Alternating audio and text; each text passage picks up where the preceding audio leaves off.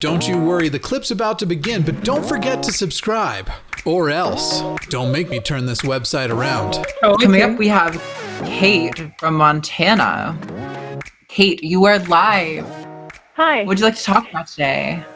Hi. Yeah. Hey. Hi. So I live in Montana, and I have an absolutely wonderful sister who's trans, who lives in Arkansas, and they just passed that god-awful bill down there, and I've been, really emotionally supportive for her because, of course, but yeah. And I've called the governor, I've called senators, and is there anything else I can do to help her other than what I've already done? Like I feel very helpless trying to keep her safe, and I feel like there's more I can do. I just don't know what it is. Yeah, I actually have thoughts on this. Keeping in mind that she is obviously a minor, and that I don't want you to have to feel like you have to divulge any of her medical or personal information, but I think what would really help is if you would mind talking to our viewers about how this is impacting your little sister emotionally. I think that would be really powerful for people to understand that this is a real thing that's actually affecting real lives. I think for a lot of people it's just an abstract thing that they don't really think about, but this is a real person that this is affecting. Mm-hmm. Yeah, she's an adult. She's legally an adult, but she only recently has sort of started addressing this, and sort of. Please forgive me if I use the wrong terminology, but it's sort of coming into her own, and really embracing who she is, and this has just decimated her in terms of her confidence, and it's scary for her because parts of the law do impact her still, because paramedics could, if she's in an accident or needs help or something like that, they can deny her care if their religious views or their just views in general don't agree with her existing. And she's really afraid that the pharmacy that she goes to, that they won't fill her prescriptions, or that she might need, that she won't be able to find or keep the doctors that she's had, because if they, for whatever reason, deem her not to be valid, she can lose a lot. She can lose her access to medical care. So I think on this, that this is utterly horrifying, because the bills aren't just targeting trans kids, which is also horrifying, and not just targeting doctors which help trans people, but also are just making it so trans people could lose out on healthcare, any healthcare, even if they're in an accident, like you say, which is just evil. It's literally just evil. It's beyond disgusting. And anyone who chooses not to help an LGBT person because they're too much of a bigot to treat them as a human should be fired from their job, and because they're incapable of working in that job, and they can fuck off. Absolutely no respect for anyone involved in that at all.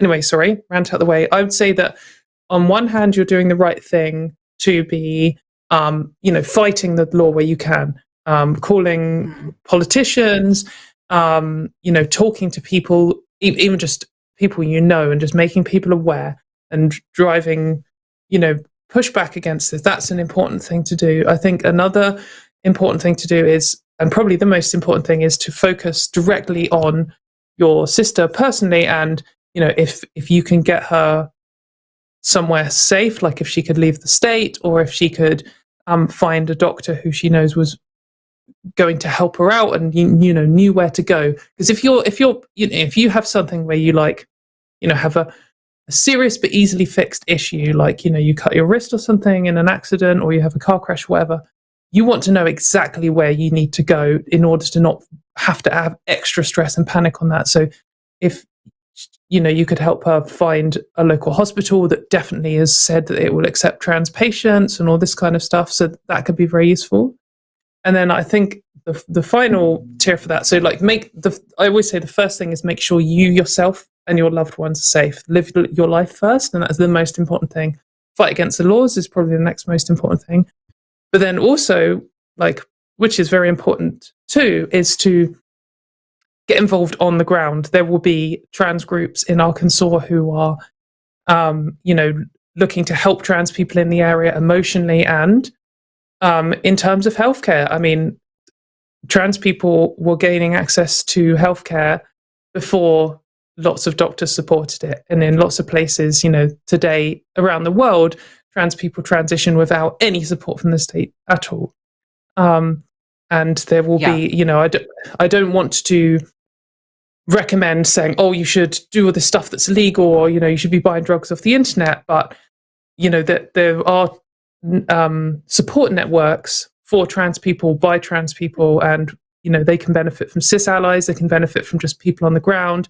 If you can join local Arkansas groups or groups in neighboring states to just find out and meet the people, learn the people who live there and who are doing this stuff, that can make a big difference to the trans people on the ground there as well. So I think they're the kind of 3 prongs that I would recommend. But I totally understand it's horrible, and supporting her emotionally is a big thing, and making sure you support yourself too, because you probably have this feeling that she's in a terrible situation and you just want to help her, and it can be easy to burn out. So just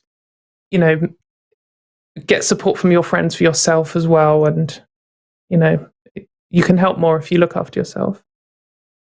This kind of stuff is really, really frustrating, because when you're a trans person, I think one thing that we all hear a lot from these kinds of politicians, people pushing this kind of stuff, is people who say, something along the lines of, I don't hate trans people. I think we should be nice to everyone. I just don't think we should be giving, drugs off label to children or something like that, right?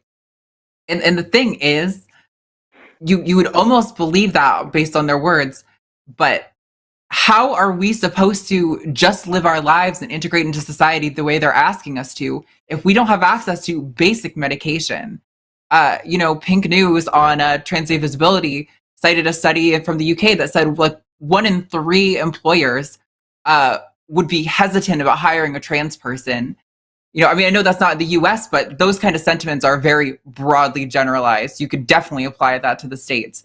We are trying to exist and to live our lives, and we don't want to have to talk about trans issues all the time. We don't want to have every single political conversation that ever comes up on TV or on a political debate panel to be about trans issues. But it is. And it's humiliating and exhausting to constantly have to prove your worth to some random old white fuck who gets to decide what happens to you. And it's so fucking infuriating. I can't even begin to express that. And I think it's amazing that you are being a strong ally for your sister. And I think, when I first saw your question in the call screener, the first thing I thought was I had a list of resources from a show that's going live tomorrow of the names and numbers you can call for governors and politicians and such. And you've already done that. So, you are already leagues ahead of most people. And I think that is super admirable. And I'm really sorry to hear about your situation. And I thank you for, bringing it more into the spotlight for our viewers. Yeah. Also, I just want to add on saying, these people who say, oh, I don't hate trans people. Like, if you are someone who is defending the idea that doctors, paramedics, nurses, whatever, can just choose not to treat someone because of their beliefs, like, don't try this, oh, I don't hate them bullshit. Like, fuck off. You would have to think that someone is subhuman in order to justify just not treating someone who's dying on a hospital bed. Like, that makes you scum. And this isn't just hypothetical. Yeah. Like, there is countless examples of there's some famous examples that have their own Wikipedia pages of like a trans woman who's had a minor accident and then has died as a result of it because the paramedics are like, oh, she's trans, disgusting, and then doesn't want to do anything. This is horrifying, and it's irrational hatred. Like, there's no other way from, oh, I don't hate you. Like, what more is hatred? What more could you do beyond wanting someone to die because you disagree with them existing? Like, what level of hatred is there beyond that? It's disgusting. Sorry for ranting at you. I'm sure you feel this. I guess this is more for the audience and stuff, but like, I think it is important to vent these things because, you're constantly forced to just like swallow this stuff. Like, people come along, oh, I'm just going to take away your access to healthcare that you need to live. And then you're like, what the fuck? And they're like, oh, typical violent trans person. It's like, no, the most violent thing you can do is take away someone's health. Like, it's violent. So reacting with anger is totally justified. Sorry, it's quite an emotional topic. I don't want to flood you, Kate. I could talk about this forever, about how angry this makes me. So I definitely want to give you a chance to talk again before. Yeah.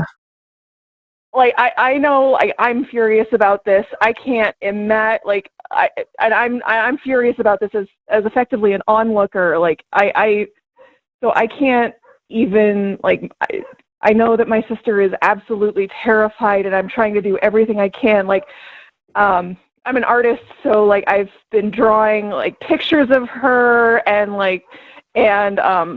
I put her in, like, this is probably so stupid, but like, I put her into my Dungeons and Dragons campaign as like this beautiful priestess of this huge order of druids and things, to like really make her, to like, to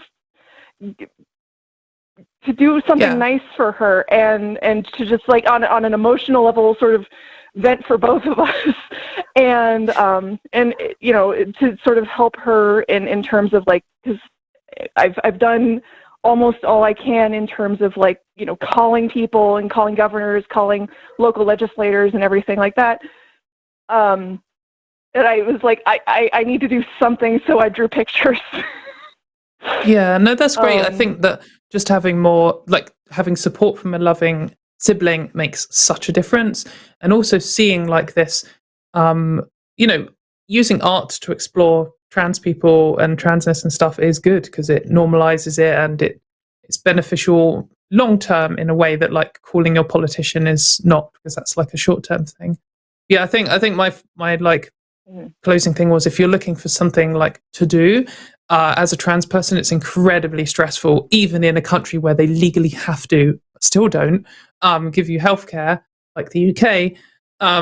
Just dealing with them, and if you could like, if you have the energy, if you could call on behalf of her, talk to her first, but say maybe you could call up some hospitals and just say, because of this new law, I have a trans relative and they want to know if they would be supported by your hospital, and if not, then I will be reviewing your hospital terribly and do some American capitalism, take your money elsewhere kind of thing, and just let them know that it's not acceptable. Like, hospitals should be coming out and saying, we'll support trans people. We're not disgusting people. We're not going to just kill your relatives because we disagree with them.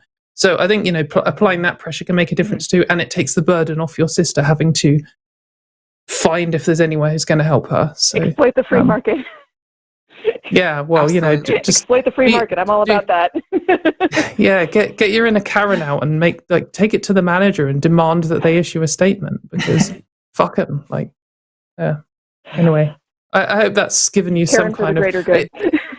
I do feel like kind of helpless, and it's very easy for me to like pessimism spiral on this, because like, I fear this for myself, and it's such a burden to worry about yourself. It's very easy to not have the energy to worry about other people, and it's very stressful, very heavy. Sorry, I didn't really add anything there, but I hope we've helped a little bit. Yes, you have. Yeah. Thank you both so much. It means a lot to me that you guys have this show, and I know my topic wasn't particularly happy, but thank you for helping me out and helping my sister. Yeah. I appreciate it. Good luck Thank to you, both of Kate. you. Thank you. Have a good night. Thank you. You know, I posted about this on Twitter a couple days ago. After, I think it was the day after Trans Day of Visibility, I had a call with my parents, and I was talking about this with my sibling who was also trans, 2 trans kids, and we were trying to explain to our parents how dire the situation is, and they had this kind of like, oh, but it'll all work out for the best thing. And I think that is so common amongst like boomers, for lack of a better word. And cis people it's in just general. it's infuriating. It's like you don't understand how dire this is and how much this actually impacts people's real lives and their safety and their dignity. And like it will work out in the end, in the sense that optimistically, in the sense that, well, that they're fighting against science. There's never going to be evidence. The evidence already is showing that this healthcare is right for trans people, and they can only fight against science for so long. Public perception, there's a big backlash at the moment, but the trans panic will go away, and then public acceptance will just slowly creep up like it does with everything else. But that could take decades. And, this is our lives that we live today. And I can't go months without healthcare. Like, that's just not an option for me. That's so what, I've had plenty of family. Or sorry, I was say I've had plenty of family who've gotten frustrated because I've cut them off over politics, and they say, "How could you cut me off over politics?" And I'm like, if you think who you vote for is just politics and that's where it ends, you are so ignorant that I envy you and your stance, because that is so, it runs so much deeper than just whose name I put on a ballot. Yeah, I mean, like there are politicians in the UK that if they got in power, would have to leave the country. Like that's never been a case in my life until I came out as trans, and it's horrifying. Like I don't want to have an evacuation plan. I don't want to have some backup ship hormones in from Austria plan. Like, it's horrifying. Anyway, let's not just rant about this all night. Let's move on to another topic. Yep. Yeah. Hey, thanks for checking out this clip for The Line. While you're here, hit that like button, hit subscribe, turn on notifications, and then share this with that bitter uncle of yours who loves talking about the good old days.